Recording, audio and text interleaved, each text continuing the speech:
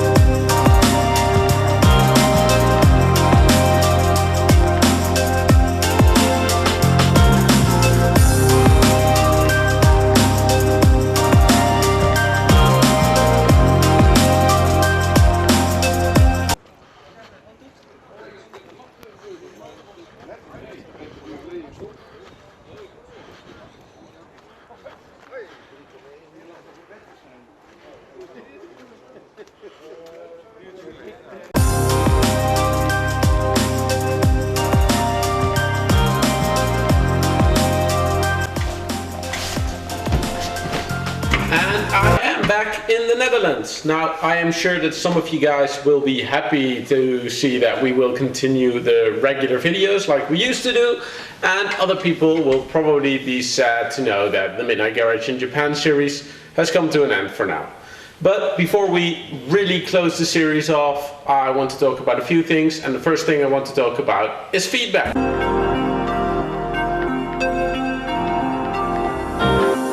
Now, the series was a way for me to try something new, and I really hope you guys enjoyed it. The point was for me to show you guys awesome things in Osaka and hopefully give you guys the feeling like you were coming along with me on the trip. Now, what did you guys really like about the series, and more importantly, what did you guys think could have been done better? I'm really honestly curious about what you guys have to say. I know that most YouTubers, they're planning a way to make you guys comment so that they can game the YouTube algorithm and get more views, but in this case I really want to know what you guys have to say, because I'm planning another trip, and with the trip and your feedback I can hopefully make the next series even better. Which of course brings me to the next point I want to talk about, which is the next trip.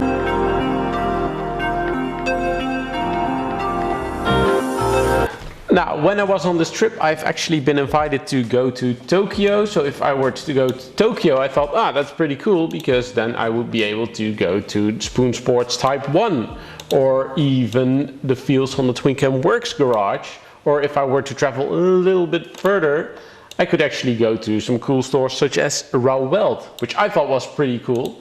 But then I looked at the views of my videos, and I noticed that a video like Zero Fighter got 42,000 views, whereas something that was a little bit more oddball, such as the weird BMW garage that I spotted that was abandoned, only got about 800 views. Now, yeah, so if that was the case, I actually should go back to Osaka. And if I were to go back to Osaka, I could be doing stuff such as the Aslan garage, which, you know, probably you guys have seen that super fast EG6. That was pretty cool. That was an Aslan car. And they also have some other cool stuff, but I could also go to Mecha Dock, which doesn't really have a cool Google Maps feature, or, you know, I could even go back to 5 Mart and see if they're open this time, which still was a really big shame that I couldn't go there in the video. But yeah, as you guys can see right here, here is Osaka and here's Tokyo. And that's quite a distance. It's almost the entire distance of South Korea. So I would like to know if you guys would rather see me do new stuff in Tokyo, or go back to Osaka and look at more kanjo racing stuff. And now it is time for the most important question, which is, you know, one of the most asked questions during my trip. It's something I've researched and it's in the title, and that's how much it costs for you to make a trip to Japan.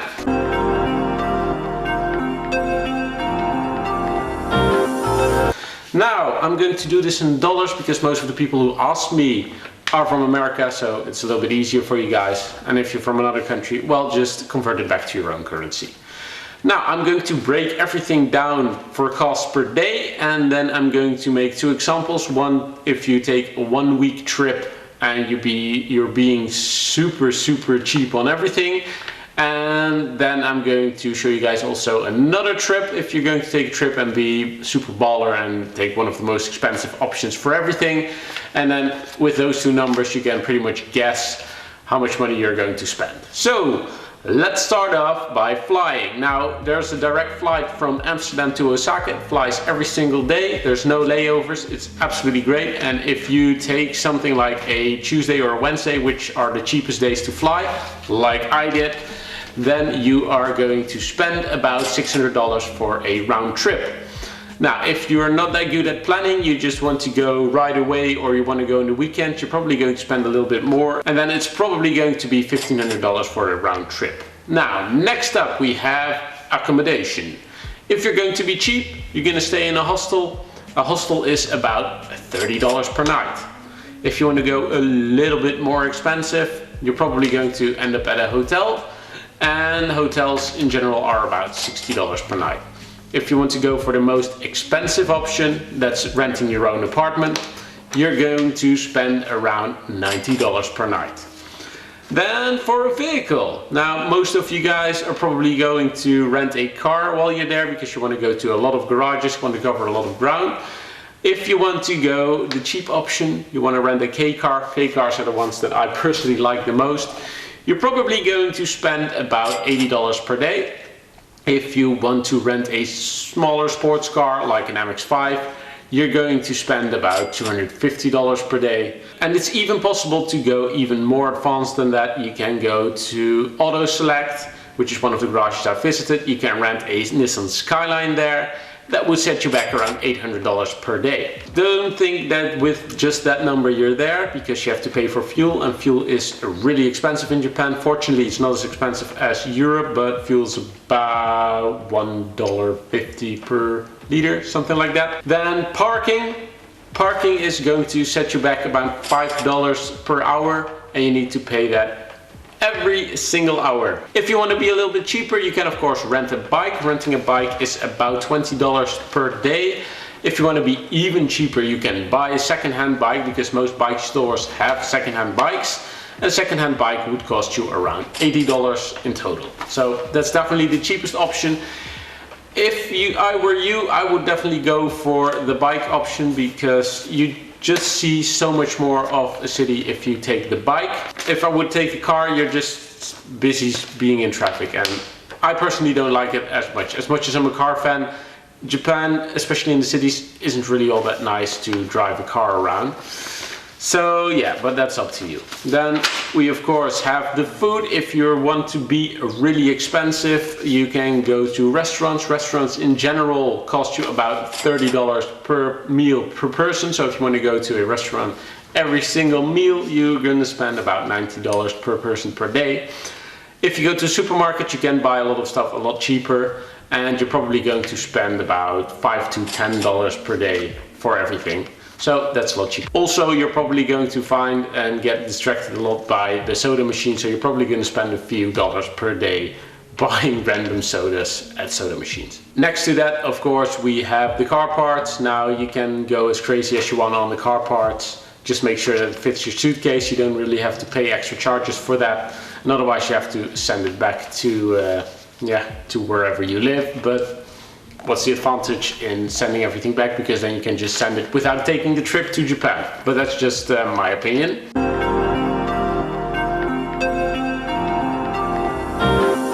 To conclude, for a 1 week trip, if you want to be as cheap as possible, so you book the cheapest flight, you go in a hostel, you buy a bicycle, and you only get food at a supermarket.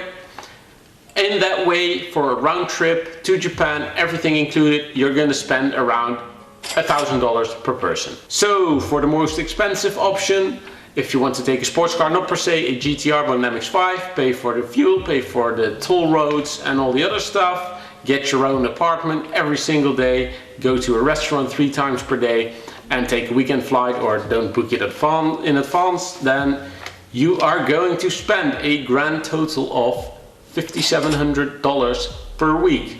So probably what you're going to spend is somewhere in between. And if you're a car guy like me, you're probably going to cheap out on a lot of stuff just so you have a little bit more to spend when you finally arrive at all the tuning shops, so you can spend more money buying car parts there. So that's it for today. Now the next video is going to be an update on the new garage, because obviously I've been back for quite a while and we've used the time of all these videos when we're posting all the newer videos from the Midnight Garage in Japan series to work on the garage in the background. So the garage is now nearly done. So the next video obviously will be a update video on that, and hopefully you guys will like that as well. So yeah, that's it for today. If you have any more questions about costs for trips to Japan, let me know, post it in the comments, but most importantly, make sure that you let me know what you think can be changed for the next time I'm going to Japan. Thanks for watching, see you guys next time, bye.